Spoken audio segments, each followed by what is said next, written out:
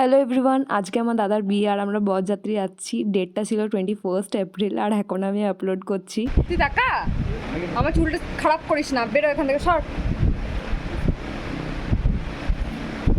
পেছনে তো আমার দাদাকে দেখলেই আমার দিদিও রেডি হয়ে গেছে, সবাই আমরা রেডি হচ্ছি। এবার আমরা বেরোবো আর লগ্ন ছিল অনেকটাই রাতে, 1টা ওইরকম সময়। তো তাড়াতাড়ি খেয়ে নিয়েছিলাম, 10টা ওইরকম সময় তো পৌঁছেই ছিলাম বরযাত্রী।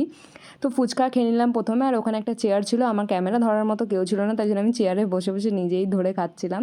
তো তারপর খেলাম ভেজ পকোড়া আর ডাইরেক্ট আমরা মেইন কোর্সের দিকে বসে গেছি। আর এখানে আমাদের সব গ্যাংগুলো খেতে বসেছে, মানে সবারই ঘরের লোকগুলো খেতে বসেছে আমাদের।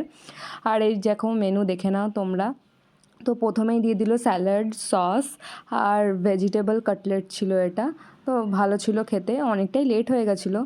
তো প্রথমে খেয়ে নিলাম, তারপর বিয়ে দেখেছি। তো তারপর দিয়েছিল দই বড়া। দই বড়াটা কিন্তু অনেকটাই ভালো ছিল, আমার তো দই বড়া খেতে খুব ভালো লাগে।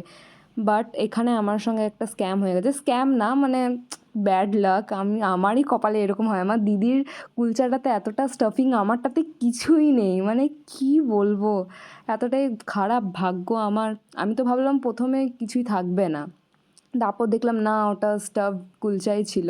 আর এটা ছিল স্টাফড আলুর দম, এটাতে আমার বরাবর স্টাফিং ছিল। আর পোলাও দিয়ে খেলাম, ভালোই লাগছিলো। প্রথমবার আমি স্টাফড আলুর দম খেলাম।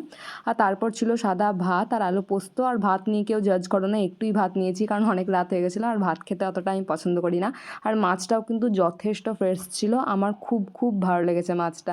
তারপর চলে এসছে চাটনি পাঁপড়, ওটা খেয়ে নিলাম।